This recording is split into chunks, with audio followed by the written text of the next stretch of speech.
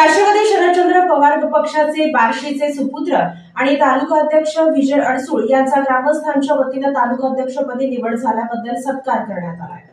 शेळगाव पंचक्रोशीचे सुपुत्र युवा कार्यकर्ते विजय उर्फ बबलू अडसूळ यांची राष्ट्रवादी शरद पवार पक्षाच्या बार्शी तालुका अध्यक्षपदी निवड झाल्याबद्दल श्री दत्त देवस्थान आणि समस्त अल्लाट जाधव कदम परिवारातर्फे त्यांचा सत्कार करण्यात आलाय। या कार्यक्रमात शेळगावचे प्रथम नागरिक सरपंच प्रकाश बातगुडे, उपसरपंच राजाभाऊ गायकवाड, प्रगतशील बागायतदार बाळासाहेब गायकवाड, उद्योजक किशोर जाधव, मुकुंद अल्लाट, प्रगतशील बागायतदार दादा जाधव, बालाजी गुंड, ग्रामपंचायत मेंबर दादासाहेब गायकवाड, शंकर पाटील, सतीश अल्लाट, प्रगतशील बागायतदार ज्ञानेश्वर गायकवाड पाटील,